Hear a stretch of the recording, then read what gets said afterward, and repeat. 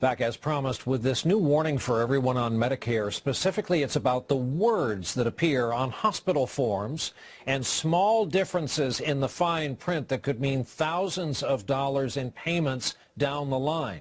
We get details on this story tonight from our national correspondent, Kate Snow.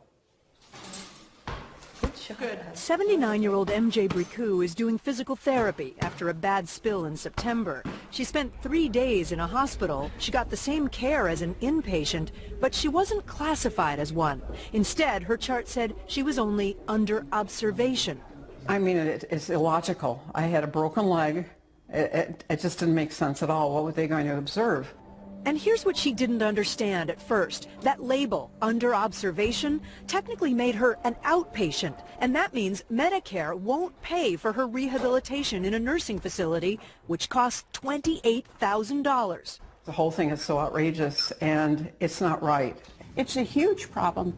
There are over 1 million, almost 2 million people every year who are stuck in this observation status Alice in Wonderland world. The number of patients under observation has increased dramatically since 2006, and just last year, more than 600,000 cases were like MJ's, patients in the hospital for 3 days or more, but not eligible for costly rehab coverage. To the patient, to our viewers, frankly, it seems like the hospital shares at least part of the blame for this. Sure, they're in the hospital, they're going to think all of this is a hospital decision.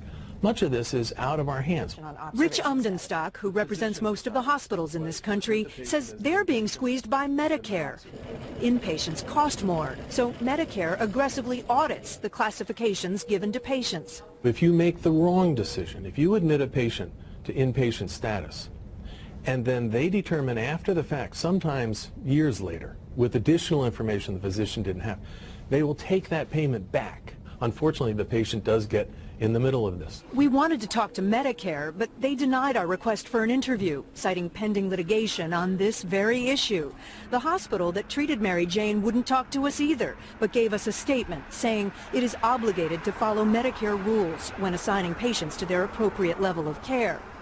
MJ finds the whole thing unfair. She and her husband, who's had Parkinson's for 20 years, just moved in with their son in Dallas to save money. I've worked my whole life, and I'm just appalled.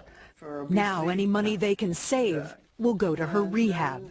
So far, legislative proposals to fix this problem have gone nowhere. Advocates say Medicare patients who end up in a hospital should make sure they've been admitted as inpatients and aren't just under observation. And if all else fails, ask to challenge the decision with Medicare. Brian?